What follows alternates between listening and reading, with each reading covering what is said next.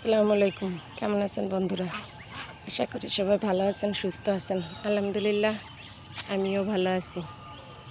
কাছে দূরে যে যেখানে বসেই এই ভিডিওটা দেখছেন তাদের সবাইকে জানাই আন্তরিক শুভেচ্ছা ও অভিনন্দন।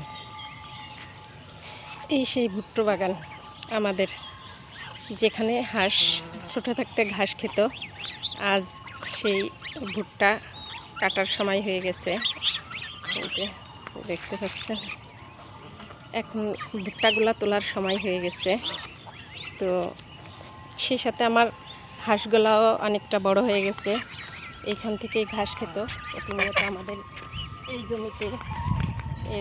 আমি এর আগেও একটা দিয়েছিলাম ভুট্টার জমিতে, ঘাসের রাজাহাঁস যে ঘাস খেত সেটা। তো দেখুন ভুট্টাও বড় হয়ে গেছে। আমার রাজাহাঁসগুলো মাশাআল্লাহ অনেক সুন্দর হয়েছে, অনেকটাই বড় হয়েছে। আজ এদের বয়স এখানে কারো 2.5 মাস।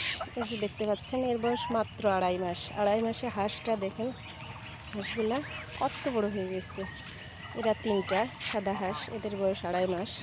আর এই যে কালো যেগুলো দেখছেন এদের বয়স 2 মাস। তো এখানে কয়েক হাঁসের হাঁস আছে, বিভিন্ন সময়ে ফুটেছে আপডেট। তো সেই ইসের হাঁসগুলাই এখানে আছে। আর ওইদিকে যে দেখতে পাচ্ছেন একদম ছোট্ট হাঁসগুলা, ওই হাঁসগুলার বয়স মাত্র 20 দিন। যে হাঁসগুলা এখনও হয়নি। আর এই যে কিছু হাঁস আছে আমাদের ধানের জমির কাছে। মাশাআল্লাহ ধান অনেক সুন্দর হয়েছে।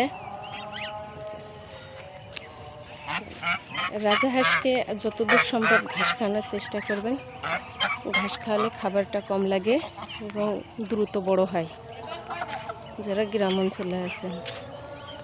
তো রাজাহাঁস যেহেতু দীর্ঘদিন যাবৎ পালতে হয়, এই কারণের জন্য রাজাহাঁসের পেছনে যদি শুধু খাবার খাইয়ে কেনা খাবার দিয়ে বড় করতে চান তাহলে সেক্ষেত্রে অনেকটাই লস হবে, লসের সম্মুখীন হতে হবে। আর যদি গ্রাম অঞ্চলে হয় বা চারণভূমি থেকে থাকে তাহলে সেখানে ছেড়ে দিলে গ্রাম অঞ্চলের জন্য বা নদী থাকলে, বিল থাকলে সেক্ষেত্রে হাঁস পালে ঠিক আছে। কিন্তু শহর কেন্দ্রিক শখের বিষয় ছাড়া হাঁসের খামার করলে সে তার অবশ্যই ঘাসের ব্যবস্থা করতে হবে, ঘাস রাখতে হবে। তো এরা যতটা ঘাস খাবে ততটাই বাড়বে। কেনা খাবারের থেকেও বিশ্বাস হবে কিনা আপনাদের জানি না, তবে আমি যতটুকু সফলতা পেয়েছি সেটা হচ্ছে কেনা খাবারের থেকে ঘাসে এদের ওজন বেশি।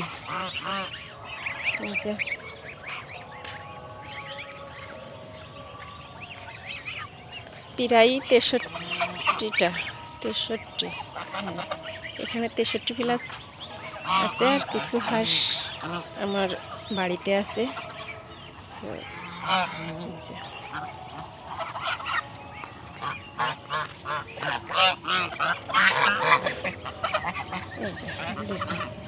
না দেখলে হয়তো বিশ্বাস হবে না আপনাদের, যে শুধু ঘাস থেকে ঘাস আর ধানের গুঁড়া এই 2টা খাবারই আমি এদেরকে দেই, এর বাহিরে আর কোনো খাবার এদেরকে আমি দিই না।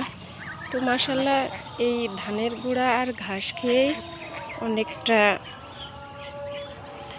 ওজন হয়েছে, অনেকটা বড় হয়েছে এবং খরচটাও আমার সেক্ষেত্রে কম হয়েছে।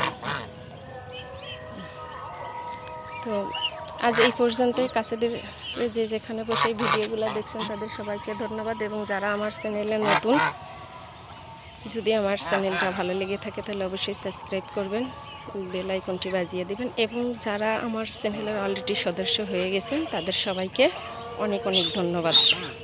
আল্লাহ হাফেজ।